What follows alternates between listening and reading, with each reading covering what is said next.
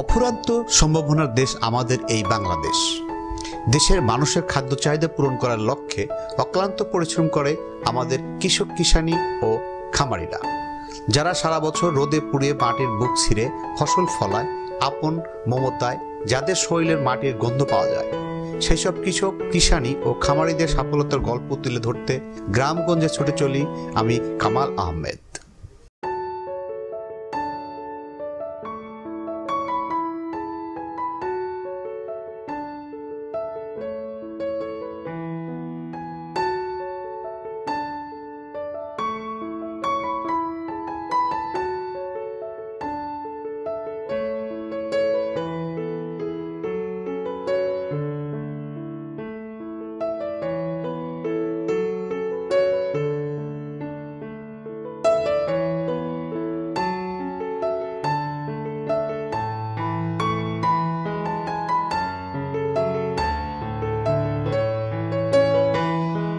আসসালামু আলাইকুম প্রিয় দর্শক, কৃষক, খামারি ভাই ও বোনেরা, আপনাদের সবাইকে জানাই আন্তরিক অভিনন্দন এনএবিটির পক্ষ থেকে।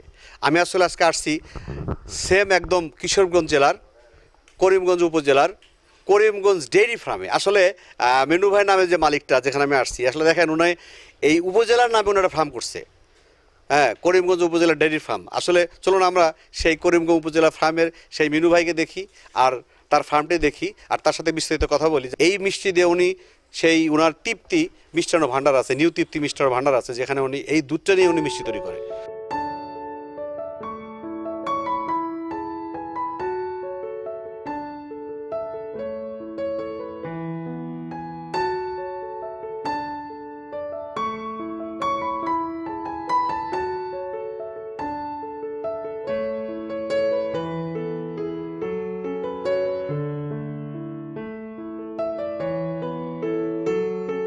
আসসালামু আলাইকুম। ওয়ালাইকুম আসসালাম। এই যে আপনি একটা খামার একদম তৃণমূল অঞ্চলে আপনি খামারটা করছেন, আপনি সবগুলোতে একদম হাই কোয়ালিটি গরু, তো এটা আসলে আপনি শুরু করছেন কতদিন আগে? 6 বছর আগে। আর 6 বছর আগে আপনি কি বিজনেস ছিল? মিষ্টির ব্যবসা। মানে শুরু তো আপনার মিষ্টির ব্যবসা জি। ছিল, তো আপনি মিষ্টির ব্যবসার সাথে আপনি এইভাবে আসলে একটা বিশাল একটা খামার করলেন, আসলে কি চিন্তা ভাবনা করে করলেন? দুধের প্রয়োজন হয়, দুধ পাওয়া যায় না, দুধ মিলাইতে পারি না, যার কারণে একটা খামারে চিন্তা করে নিছি। আচ্ছা, আপনি এখন এখানে কি কি জাতের গরু আছে? এই হলস্টাইন ফ্রিজিয়ান, এই কারণ। জি। আবার আমি দেখছি আপনার আইরেও আছে, আইরেগুলো কি জাতের? এটা সারগুলি এগুলো কি আপনি এখান থেকে হয়েছে? না, বাজার থেকে কিনে নিছি, আবার এই দিক থেকে হয়েছে। আপনি শুরু করছিলেন কটা দিয়ে? আসলে শুরু করছিলাম প্রথমে একটা দিয়েই, তারপর আস্তে আস্তে ক্রমান্বয়ে বাড়ানোর চেষ্টা কিনে করছি। বাড়াইছেন না ওখান থেকে? কিছু কিনা, কিছু প্রোডাকশনে, এভাবেই। আচ্ছা, আসলে ভালো দুধ দিয়ে কোন জাতের বলে মনে করেন আপনি? হলস্টাইন ফ্রিজিয়ান যেটি আছে। আচ্ছা, আমি কিন্তু শুনি অনেক জায়গায় যে আসলে যারা হলিস্টাইন ফ্রিজিয়ানের অসুখ বিসুখ বেশি হয়, এটা আপনি কি মনে করেন? আসলে না, এটা খুব একটা বেশি আমাদের কাছে মনে হয় না। না, এটা তো স্বাভাবিক হইতেই পারে, মানুষের যেই তো হয়, পশুর তো হইতেই পারে। তা আমাদের কাছে এত অসুস্থতার কিছু দেই না। এখন আপনি দুধ পাচ্ছেন কটা দুধ দিচ্ছে আপনি এখানে? 8টায় দুধ দিছে। মোট গরু কয়টা আছে আপনার? এই 16-17টা। তার মধ্যে 8টা দুধ দিচ্ছে, আর সবগুলো কি বকনা? বকনা আছে, হ্যাঁ, বাছুর আছে। প্রতিদিন দুধ পাচ্ছেন কতটুকু আপনি? এই 70-80 100 কেজি এরকম। এভেলেবল মিলে। দেশি গরুর দুধ ভালো হয় নাকি আসলে এই বিদেশি গরুগুলোর দুধ ভালো হয়? এটা আসলে কতটুকু কি মনে করেন আপনি? দুধ মূলত সবগুলিরই ভালো হয় যদি খাদ্যটা সঠিকভাবে দেওয়া যায়। মানে ফ্যাডিতে অনেকে বলে হ্যাঁ। আসলে ফ্যাডি ভালো হয় না, দেশি গরু নাকি ফ্যাডি ভালো হয় না। এটা আসলে আপনি যেহেতু একটা মিষ্টি ব্যবসায়ী প্লাস খামারি, এজন্য প্রশ্নটা করতেছি আপনাকে, আসলে এটা কি মনে করেন? এটা গরুর গায়ে যদি রক্ত থাকে এবং আপনি ক্যালসিয়ামের অভাব না থাকে, তো ছানা ঠিকই আসে। আর যদি ক্যালসিয়ামের অভাব থাকে, তাহলে তো আপনার ছানা আসবে না, শুধু পানি আসবে। আবার খাদ্যগুলো কি দিচ্ছেন আসলে? এই তো ভুসি দেই, কিছু ঘাস দেই, খড় দেই, কাঁচা ঘাস দিচ্ছেন? কিছু কাঁচা ঘাস দেই, আর কি দেন? এইগুলি তো। আমি বলছি যে দুধের জন্য আসলে কি খাবারগুলো, মানে দুধের জন্য কোনো স্পেশাল কোনো খাবার দেন নাকি আসলে ন্যাচারাল খাবারগুলো দিচ্ছেন? ন্যাচারাল দিয়ে যথেষ্ট। ন্যাচারাল দিলে যথেষ্ট? ন্যাচারাল না, না, কিছু পিট খাবার দিই আমরা, হালকা পাতলা। অসুখ বিসুখগুলো কি পাচ্ছেন আসলে? অসুখ মূলত, অসুখ বলতে তো ওই তো একটু জ্বর হয়, এই পর্যন্তই। এছাড়া বড় ধরনের কোনো অসুখ? বড় ধরনের কোনো অসুখ আমরা দেখি না। আচ্ছা, এই আর ভ্যাকসিন কি দিচ্ছেন আপনি? ভ্যাকসিন তো কোম্পানির ভ্যাকসিন আছে, সরকার দেশি কোম্পানি আছে, সরকারি আছে, ইন্ডিয়ান কোম্পানি আছে। তাতে এই খামারগুলো করতে হলে মানে একটু বিস্তারিত বলবেন আমাকে, খাবার ভ্যাকসিনগুলো কি দিতে হয়, কয় মাস পর পর একটু বিস্তারিত বলেন তো দেখি। এই তো আমরা আপনার 28 দিন একবার দিলে পরে তারা 28 দিন পরে একটা দিই, তো বুস্টার ডোজ হয়ে যায়। হ্যাঁ, এরপরে 3 মাস 3.5 মাস একটু আগেই দিয়ে দিই, 15 দিন আগেই দিয়ে দিই, যার কারণে খুরা রোগটা বা অন্যান্য রোগ যাতে আক্রান্ত না করতে পারে। যারা খামার করতে চাবে, আমার কাছে অনেকে প্রশ্ন করে যে আসলে আমরা হাটের থেকে গরু কিনবো নাকি আসলে খামার থেকে কিনবো, এটা আসলে আপনাদের দিক থেকে কোনটা ভালো, মানে খামারের জন্য? না, খামারি গরু তো সবচেয়ে ভালো বেশি। খামার থেকে কেনা ভালো। খামারি গরু তো উন্নত জাতের গরু পাওয়া যায় খামার আর থেকে। হাটে গেলে তো ভেজাল বেশি। না, ভেজাল বেশি, রোগাক্রান্ত গরু বেশি। আচ্ছা, এখন খামার খামার করবে আসলে সে কতটুকু আপনার গাই বাছুর দিয়ে শুরু করবে, না সরি বকনা বাছুর দিয়ে শুরু করবে, নাকি আপনার গাভী দিয়ে শুরু করবে, না গাব দিয়ে শুরু করবে, কোনটা আপনি পছন্দ মনে করেন আপনি? ধৈর্য থাকলে আপনার এই বকনা দিয়েও চলে। হ্যাঁ, কোনটা ভালো হয় জানেন? এখন নতুন একটা লোক করতে চাইলে সে আসলে কিভাবে শুরু করবে? পাইলে নিলে সবচেয়ে ভালো বেশি আর কি, ভালো জাতের বকনা বাছুর নিয়ে পাল্লিয়া নিয়ে করলে সবচেয়ে ভালো বেশি। ভালো জাতের নিয়ে করবে। যে ভালো জাতের সেগুলো কি জাতের কিনবে, কত রেঞ্জের ভিতরে কিনবে? এই তো আপনার এই 87.5 আছে, 100% আছে, 75% আছে। এগুলো দেখে হ্যাঁ, এইগুলি দিয়ে আস্তে আস্তে আস্তে আস্তে বাড়ায় যাইব। তবে আপনার মতো একটা বকনা দিয়ে শুরু করলে সে ধীরে ধীরে সে গাব করে নিল, গাপ করে নিল, একের পরে এক একের পরে এক। স্টেজ বাই স্টেজ করে নিল। সে কটা দিয়ে শুরু করলে ভালো হয় মনে করেন আপনি? লোক যদি থাকে খামারে তাহলে 5-8টা দিয়ে শুরু করতে পারে। লোক না থাকলে 1-2টা দিয়ে শুরু করতে পারে নিজে করলে। লোক থাকলে আমরা তো অনেকটাই পাওয়া যায়, আপনার 20টা 50টা 100টা যতটুকু পালা যায় আর কি।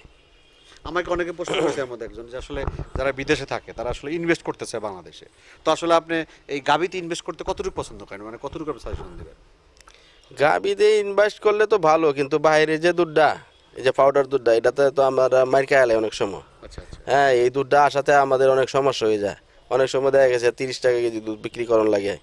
হ্যাঁ, অনেক সময় 60 টাকা কেজি বিক্রি করতে পারি, কিন্তু ওই দুধটা না থাকলে আমরা একটা সিস্টেম থাকলে হইলে যে আমরা রেগুলার 60 টাকা কেজি বিক্রি করতে পারতাম।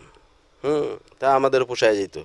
তো এখন দেখা গেছে যে আপনার যে সময় মিষ্টি কম চলে, তখন দেখা গেছে পাউডার দুধ দিয়ে মিষ্টি বানায়, তখন আমরা দুধ 30 টাকা কেজি বেতন লাগে। এই হলো হিসাব। আপনার এখানে বাজারজাত আসলে কি প্রবলেম বলুন তো? বাজারজাতটা আসলে কেমন হলে সুবিধা হয়? মানে আপনার এই করিমগঞ্জের যে অবস্থাটা, আমি তো কয়েকটা খামার ভিজিট করে দেখলাম, আসলে এত সমস্যা হলো আপনার বাজারজাত করুন, এটা আসলে আপনি কি হলে সুবিধা হলে মনে করেন আসলে আপনি বাজারজাতটা বলতে হবে হ্যাঁ, বিস্তারিত হয়। বাইরের দুধটা না আসলেই, এই যে প্যাকেট দুধটা না আসলেই আমরা খামারিরা সব দিক দিয়ে উপর মানে সুবিধা পাইতাম। সরকার যদি এটা একটু দেখে নিত তাহলে আমাদের অনেক সুবিধা হইতো। এই করিমগঞ্জ আপনি নাম দিয়েছেন, এটা ভালোটা নাম জি। দিয়েছেন, একটু উপজেলা না, এই করিমগঞ্জ আপনার ডেয়ারি ফার্মটা আসলে এটা ভবিষ্যতে আপনার পরিকল্পনা কি আছে বলুন? ভবিষ্যতে আমার বাড়ানোর চিন্তা ভাবনা আছে, যদি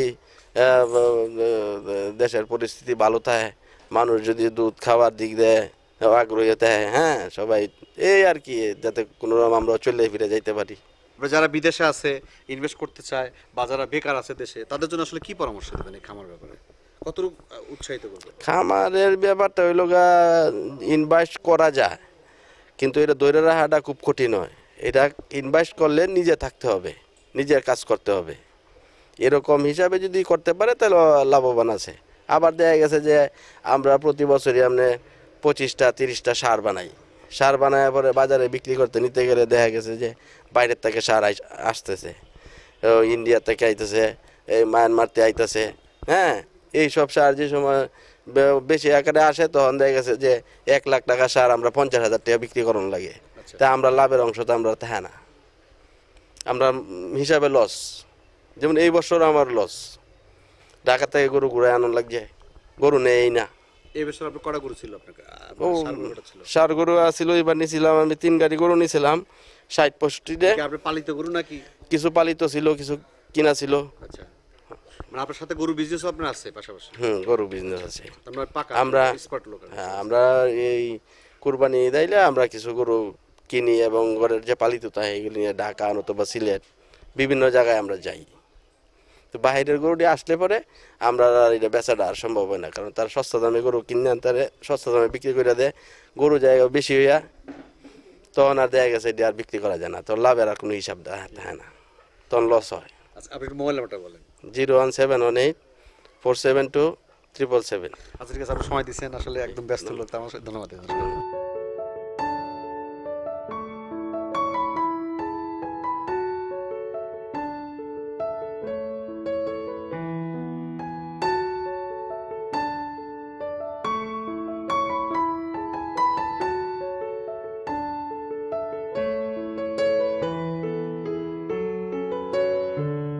আসসালামু আলাইকুম। ওয়ালাইকুম আসসালাম। আপনি এখানে কদিন হলো কাজ করেন? আমি প্রায় 3 মাস। 3 মাস। জি। এর আগে কোথায় কাজ করতেন?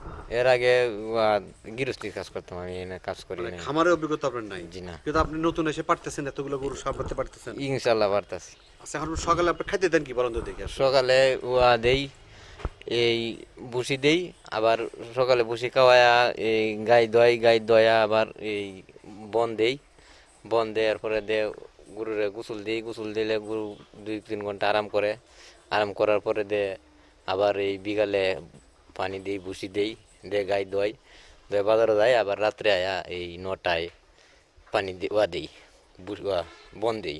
তো এটা আপনি শিখলেন কোত্থেকে? আমার যেই মিনু সাহেব আপনাকে এই- শিখাইছে নাকি আপনি আগে থেকে জি, শিখছেন? না, মালিকই শিখাইছে, মালিকই শিখাইছে যে আসলে এইভাবে খাবার খাদ্য দিতে হয়। এভাবে দিতে হয়। আসলে এখানে আপনার এই গরু আছে কত জানা আছে আপনার? আমার 13টা গরু জানা আছে, ছোট ডিভার দিয়ে 13টা গরু জানা আছে। দর্শক, আজকে এই পর্যন্তই। এখন আমার চ্যানেল যারা সাবস্ক্রাইব, লাইক বা শেয়ার করেন নাই, অবশ্যই চ্যানেল সাবস্ক্রাইব করুন, লাইক করুন, শেয়ার করুন। আর আমাদের সাথে থাকার জন্য আপনাদের সবাইকে ধন্যবাদ। আর আপনার আশেপাশে কোনো যদি সফলতা বা ব্যর্থতা গল্প থাকে আমাকে জানান, আমি কামাল আহমেদ ছুটে যাব সেখানে।